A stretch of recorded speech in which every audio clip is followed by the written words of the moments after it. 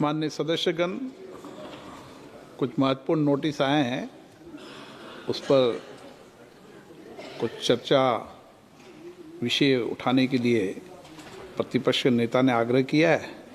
मैं माननीय राहुल गांधी जी से। Thank you, Speaker. Speaker, sir. As everybody is aware, a war has broken out in the Middle East. The United States, Israel, and Iran are at war. This war is going to have far-reaching consequences. The central artery from where 20% of the global oil flows, Strait of Hormuz, has been closed. And this is going to have tremendous repercussions, particularly for us, because a very large portion of our oil and natural gas comes through the Strait of Hormuz. The pain has just started. Restaurants are closing. There's widespread panic about LPG. Street vendors are affected. And as I said, this is only the beginning. The foundation of every single nation is its energy security.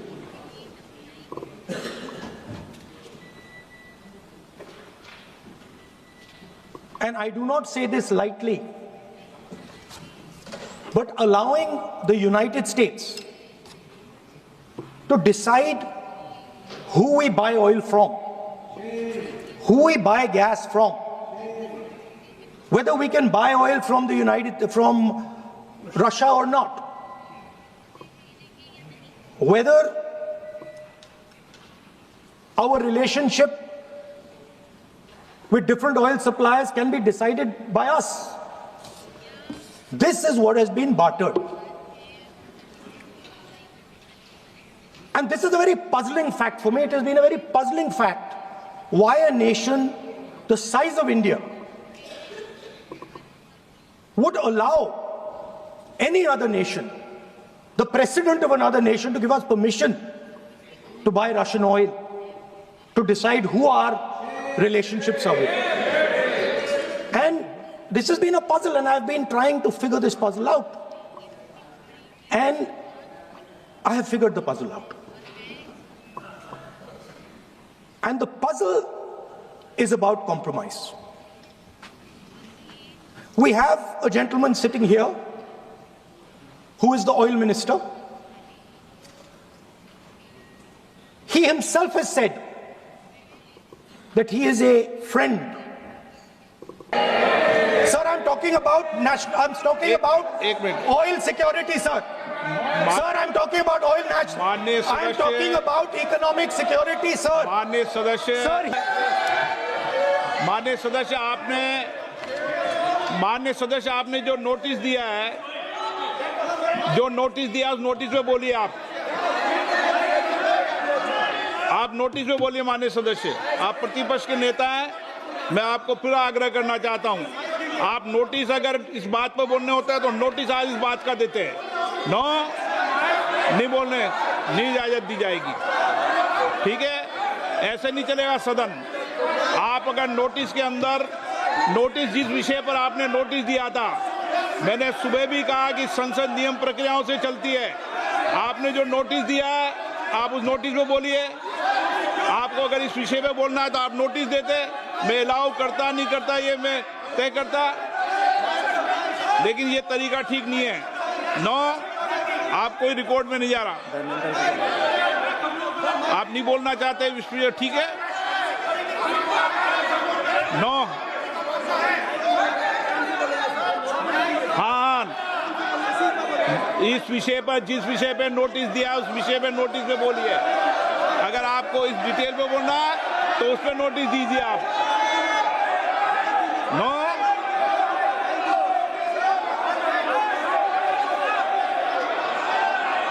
Dharmendra Yadav ji, आप बोलना चाहते हैं?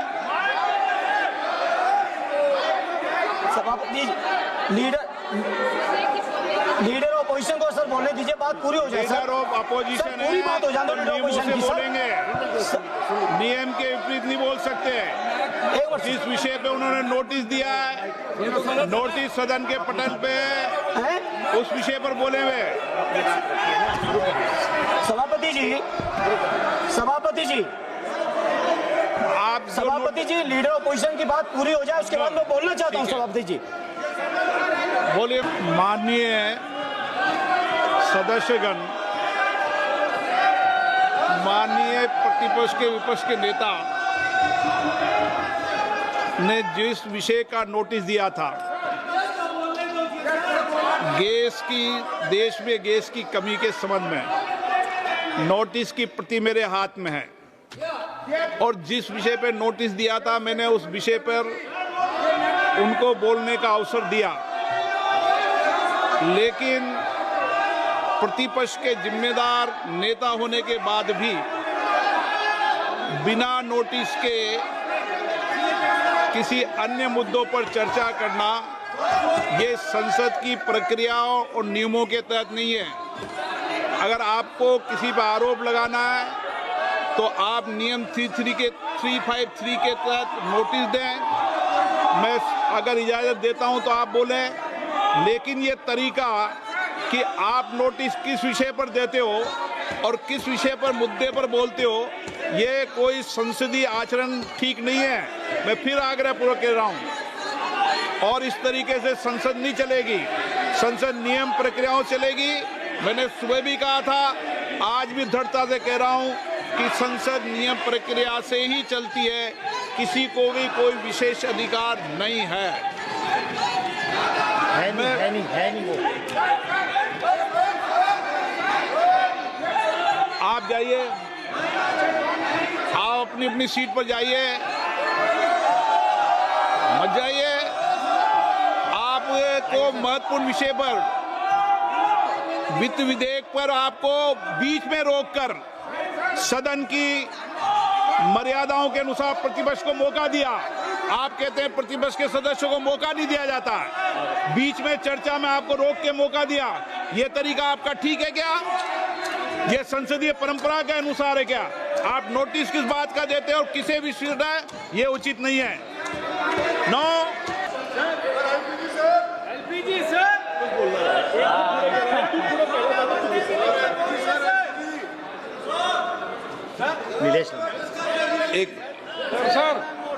एक minute. माननीय सदस्यगण, कौन गिला बस ना, मैंने पूर्व में भी आग्रह किया था, फिर आज आग्रह कर रहा हूं। प्रश्नकाल सदन का सबसे महत्वपूर्ण समय होता है और आज भी प्रतिपक्ष के 8 माननीय सदस्यों के प्रश्न सूचीबद्ध हुए हैं। प्रश्नकाल के अंदर जहां देश के मुद्दे, क्षेत्र की समस्याएं उठती है और वहीं सरकार की जवाबदेही भी तय होती है, और इसीलिए मेरा आग्रह आपसे कि आप प्रश्नकाल के अंदर सबको बोलने का अवसर दें। आप कहते हैं कि सदन में बोलने का अवसर दिया जाए, अपनी बात को रखने दिया जाए, और सदन में जो अवसर दिया जाता है, अपनी बात को रखने का समय दिया जाता है, उस समय आप बोलना नहीं चाहते, सदन को गतिरोध करना चाहते हैं, ये संसदीय मर्यादा के अनुरूप है। प्रश्नकाल के बाद आपको कोई विषय उठाना है तो जब उठा सकते हैं, लेकिन अनुदानों की मांगों पर सही कभी विषयों पर जो विषय आते हैं उन पर सबने 8 मेंबर सर आपने वादा किया सर 40 दिन हो गए सर। सदन की मेजों पे चढ़ोगे तो यही कार्रवाई होगी। क्लियर है? और एक और आग्रह, हाँ, और एक और आग्रह कर रहा हूं, सदन की सदन की पवित्रता चाहे संसद के परिसर के अंदर हो चाहे संसद के बाहर हो, संसद की पवित्रता, मर्यादा, प्रतिष्ठा बनाने की सबकी जिम्मेदारी है। और जिस तरीके का आचरण व्यवहार आप कर रहे हैं, सदन की पवित्रता को समाप्त कर रहे हैं। और अगर आप प्रश्नकाल नहीं चलाना चाहते, नियोजित गतिरोध पैदा करना चाहते हैं, सदन की कार्रवाई आज 12 बजे तक के लिए स्थगित की जाए।